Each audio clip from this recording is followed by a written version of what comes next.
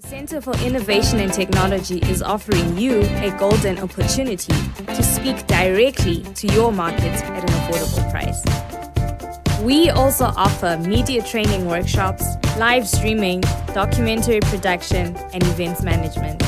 Get in touch with us today on the following numbers: +263 867 711 0290 or 0718 100 235. Don't forget to subscribe to our social media platforms. Like our Facebook page, Center for Innovation and Technology. Follow us on Twitter @SiteZW. And you can also check out our website, www.site.org.zw. Good morning to you. Welcome to Asake Online, and this is the Breakfast Club. A lot has been happening in the past few weeks and days, politically, socially, and economically. You realize that these days almost everything is in short supply. 18 hours without electricity. There is no water 3 days a week. Get into the shops, there is no bread. It's difficult to get cash these days. You have to really negotiate with the tailors most of the times to get cash back. And of late, petrol attendants are very important. You know, you get to a garage and you know there's fuel, and the petrol attendant tells you there's no fuel. So also negotiate they feel important and all those kind of things. So it means every time everyone is there on time to eat, and this time around it's the petrol attendants who are making people really pay a lot of money for them to get fuel. Now politically, we've seen the arrest of the Minister of Tourism, and allegations of corruption and all those kind of things. And what surprises me is the amount of monies that are being mentioned. Mfumira is a minister who came into power recently, maybe 5 years ago or less than 5 years ago. And we're already talking about 90 million, 300 million. And I kept on asking myself that, what about those who have been ministers since 1980? How much money did they loot from our coffers? And how much wealth do they have somewhere in this world? This is when you realize that our situation actually, Zimbabwe is a very rich country. We have a lot of money, and sanctions are not the problem, but the problem is corruption. That is actually taking out a lot of money. So in the city of Bulawayo as well, we've seen the chaos around the suspension of the town clerk and the war that followed. People saying the councillors should be suspended and all those kind of things. Whether it is a wise move to actually call for a commission, I don't know, but it shows that people have a problem, and I think the MDC needs to address the people of Bulawayo and their problems, because the problems go beyond Kambarami, they go beyond the town clerk, they go beyond the current situation. This situation has just presented an opportunity for the people of Bulawayo to air their grievances, which they have already had for a long time. But also what I want to say to the people of Bulawayo is that complaining always does not help. Every 5 years, people elect their representatives, and if you don't partake, if you don't take part in the political processes, then don't expect that your situation will change because now you're calling for a commission. If you want to really choose who's going to elect you, who's going to lead you, you should be very serious in terms of following the political processes from the primary elections to the council elections to the real elections, because sometimes people just vote for the party and not for the individual. Then you discover after the elections that this is the councillor that we have, or this is the MP that we have. I hope the current goings on, the current talks and quarrels will make people realize that voting is very important, and voting for the right candidate is even more important. Today in our program, we'll be talking to the president of MDC, Chamisa. We had an opportunity over the weekend to talk to him about the current problems in the city of Bulawayo, about the elections that are coming up, the by-election in Lupane, and the economic situation in the country. So let's hear from him what he has to say about some of these issues. Yesterday, the feedback meeting with the community of Bulawayo, where people had a number of issues that they wanted to direct to you. How did the meeting go? We had a very fruitful engagement, very profitable discussion on the issues that are affecting the people in Zimbabwe. But in particular, we're focusing on 3 issues: the situation in Bulawayo, and what the residents are feeling, what the key opinion leaders would want to see around our governance of the city, particularly from two angles: the perspective of our local authorities and the perspective of our parliament, because we have the parliamentarians in the Senate, and we also have our councillors and the mayor. So it was a way of engaging and hearing what the residents are saying. So we had a very fruitful exchange. We heard a lot about the problems that are affecting residents. We heard a lot about problems that are affecting business, factories and industries here in Bulawayo. And people wanted to hear what our alternative plan is, and that is what we get. In the last few weeks, we have seen a bit of quarrels, fights within council and the management, and some people saying, as a leader, you did not give direction or say something about it. As the MDC and as the president of the MDC, are you doing something about the quarrels that are happening in the council? Thank you. The difference between a leader and an activist is that a leader drives a cause, and an activist is driven by a cause. Equally, when you're in leadership, you don't do things by just saying. You do things by doing. So instead of being a saying leader, one has to be a doing leader. And what we are going to be doing is to make sure that we put our ducks in a row, we call everyone to order, and we make sure that we are on all fours on the critical issues affecting residents. There should be a clear distinction and dichotomy between politics and service delivery. We don't want to mix the two. We also do not expect tomfoolery and indiscipline from our local authorities. We've given them a smart governance agenda, a smart cities agenda, which they have to follow. That speaks to infrastructure, issues of service delivery, issues of mayors or councillors, residents interface on a regular basis through feedback meetings, making sure that they also build infrastructure that is solid in projects that are going to serve people. So those issues are the ones that we want to focus on, not bickering or the kind of exchanges we saw. So there are plans we've put in place to remedy the challenge, and I'm sure you will see the unfolding of that plan. We are a rule of law party. We're a procedural party. We're a party that respects the dignity of persons. We did not like the way there was that exchange between the deputy mayor and the town clerk. That is totally unacceptable. It was not called for.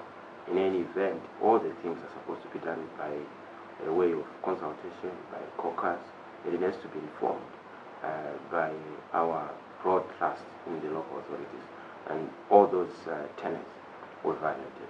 And this is why we want remedial action and correction to make sure that things are going to be done according to plan. If there is corruption, it has to be investigated, but with the full knowledge of those who are in council. The mayor is the head, and we don't want a situation where the left head does not know what the right hand is doing.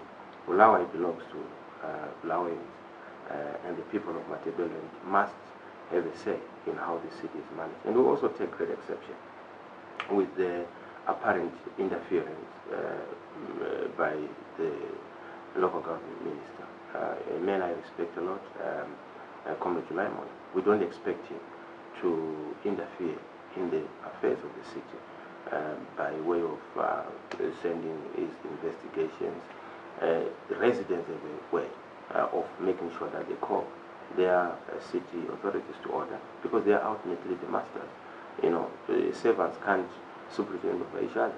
You know, the minister is a servant, so are councillors and the mayor. So if there's a problem, let this matter be taken back to the residents of Bulawayo, who are the ultimate arbiters, so that Bulawayo belongs to Bulawayo residents and the people of Ndebele. Yes, there's a by-election coming in Lupane, and yesterday you were there on the ground. How is the situation there?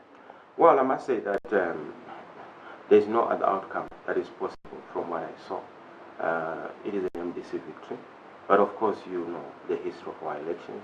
Our elections have always been associated with a lot of skullduggery, machinations, manipulation, and distortion, undermining of the security of the vote and the security of the voter.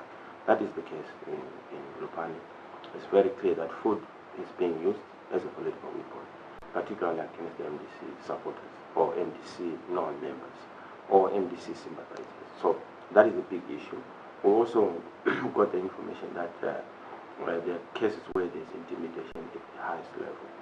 People who are in the resettlement areas, and you have voters in those resettlement zones, almost close to about 4,000.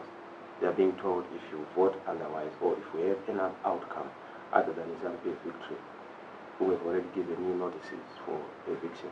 So people have already been given eviction notices.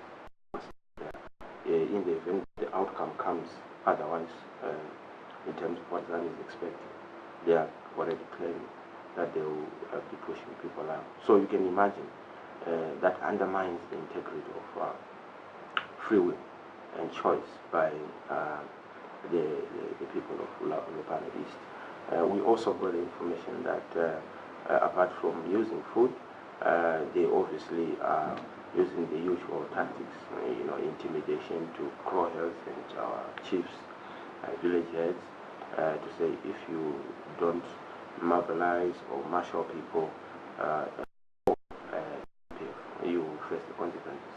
So these kinds of intimidation are a drag on our trust to a free and fair election. This is why we always maintain that elections in Zimbabwe need radical reform, root and branch reform around issues to do with access to the media, issues to do with the voters' rolls, the independence of the Electoral Commission itself, the ZEC, issues to do with the role of traditional leaders and also our state institutions. I mean, you saw a case in point, the Minister of Health responding to Matema Danda to say we're going to help in terms of medical supplies in Lupane. People don't get sick during election time only.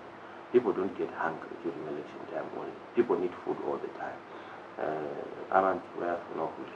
So it's important to make sure that people are given food, people are given, without any discrimination, people are given access to medical supplies away from the election.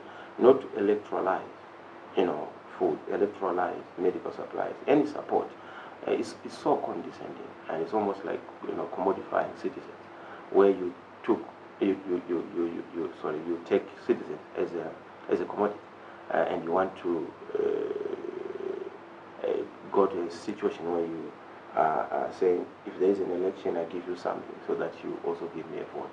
That commercialization of politics is a danger, in the history of our country in the future. You talked about the electoral reforms and changing this. Is the MDC going to be pushing for some of these electoral reforms in this current parliament? Well, I must say that we've been pushing so high. And part of what we've taken issue with is the fact that the current reforms that ZANU-PF is touting are not shared reforms. They are eclectic, piecemeal, and of course fictional, because they do not go to the bottom of the matter. We want reforms that are shared by Zimbabweans, where there's consultation. And this is why we've come up with our document called RELOAD. RELOAD is an acronym for a return to legitimacy, openness and democracy. Because we're saying everything has to be done transparently, but we must also resolve the legitimate questions, but we must deal with the issue of returning our country on a permanent path to democracy. To be able to do that, we've said we need a 5-step solution for the country. First one being to make sure that there is pressure to bear, diplomatically and politically, on our colleagues in ZANU-PF to see the need and imperative for dialogue. Once that is done, we go to a dialogue that is genuine, comprehensive, and without any manipulation, credible, and without any potential disaster of a clawback or losing the gains of democratic reforms that we want to see. Then, of course, we have a comprehensive reforms, including electoral reforms, some of which are clearly articulated in the document, political reforms, constitutional reforms, media reforms, legislative reforms, and judicial reform. All these reforms are meant to make sure that our country is on a permanent, stable path to democracy in terms of institutions, but also in terms of checks and balances. So, yes, we are very clear. Let's have a transitional mechanism which is going to usher in a new dispensation, then prepare for free and fair elections. Because the elections we have at the moment are disputed, particularly the president. Yes, Mr. Mnangagwa said the legitimacy question has been resolved, but it has not. He was declared president by the Concord, but the people voted otherwise. So we have a people's president and a constitutional court president, and that brings into context the issue of the contest between the political parties. And we must resolve this through political dialogue. We've seen the drive by the government on corruption, the arresting of ministers and all this kind of thing. Do you think this drive on corruption is genuine? Well, it's very difficult. I mean, the proof of the pudding is in the eating. It's very easy for politicians to say things, but doing them is different. But also when they do them, you must always read their lips and start understanding their actions. I don't think that we've seen enough traction. There are big players in corruption. Those big players have not been brought to book. I mean, the small fish, the captain of corruption, are the ones we are seeing. I mean, the deacons are the ones who are being the real archbishops and bishops of corruption in this country are scot-free. And that's why we still have problems. I mean, you know that for us to have a shortage of electricity, there must have been serious blunder. I was looking at some tender where people were given some money, but they did not supply what they were supposed to then supply. That tells you something fundamental, but we've not seen arrest in that regard. Fuel shortages, you know, the key players who are there, there's not been an arrest. So the sincerity of our colleagues is obviously put in question. And why would we have an anti-corruption drive being driven from the president's office? It brings to question the issue of independence and point scoring and partisan issues that are, you know, clouding the entire drive. The drive has to be done in a proper manner, you know, so that we have credibility in the process.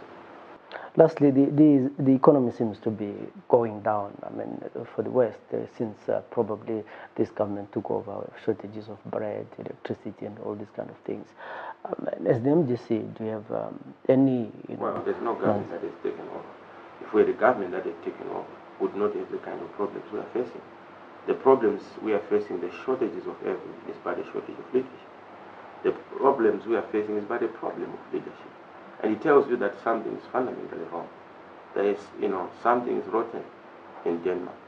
Something is rotten in Zimbabwe, in Harare, in Ulawa, in our cities, across the whole country. There has to be a resolution of the issues of politics, of governance, so that we have a legitimate government from the people, by the people, for the people. As it is, there are contestations.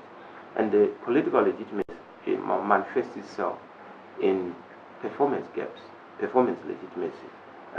Because if you are not able to deliver, not just the economy, but even goods to your citizens, have you ever heard of an apology from one of the ministers, just one, not two, about all this shortage? There is no electricity in the country. No humility to apologize by the Minister of Energy. There is fuel shortage. No humility to apologize by the Minister of Transport. There are drugs that are not available, and many people are dying on account of lack of drugs.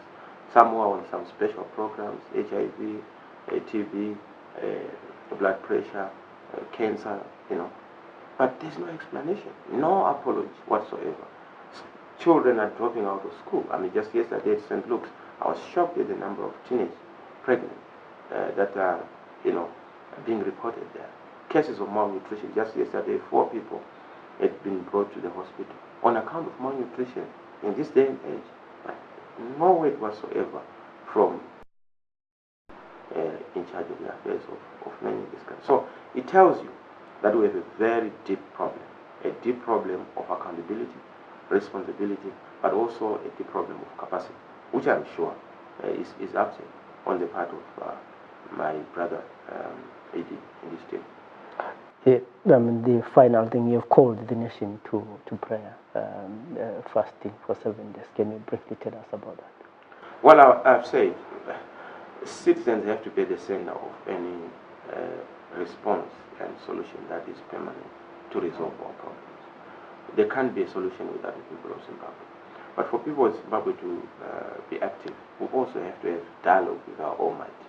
I know it sounds very difficult for many to understand, but dialogue with God is going to open floodgates of dialogue between men and men, and dialogue amongst ourselves as a people. Without God, it's not possible for us to move forward. So even if we're going to have demonstrations, political action in a peaceful, constitutional way, we must be able to also seek wisdom and guidance. I know people have been saying, Mr. Chamisa, give us a signal. But this is a Chamisa who seeks a signal from his maker. If I give a signal without getting a signal from my maker, I'll end up causing problems for ordinary people, without giving them a solution. When we have political action, peaceful action, it must be action that produces results. We don't want just to lose people's lives, blood, being spilled, and necessarily without the response. So we have to be very clear. So prayer is just part of the call to action, in faith and also in the spirit. Then, of course, we can manifest in the physical. When your leader is a man of faith, it will confuse a lot of people like on the ground, but what is he trying to say? But they must be able to look to the leader. If they really want a signal from the leader, they have to understand some of the signals that we give. Prayer action is part of the signals, then we can go forward. You're talking about dialogue with the maker. Are you prepared to dialogue with the political opponent, Emerson Mnangagwa? Well, the first thing is obviously to make sure that God is in everything that we do. And I've always said that the turn of events in Zimbabwe is not in isolation. God has a big message to us, but we must decode that message. Beyond that, we must then be able to say, if we are to have dialogue, we don't want to repeat the mistakes of yesterday, between Mr. Mugabe and President Zenzele, where they went into a GNU. People are very uncomfortable with such arrangements. You don't want an elite pact. You want something that speaks to, a citizen to citizen, understanding, people to people understanding of where we are going, particularly those in ZANU-PF and those in MDC. So dialogue is important.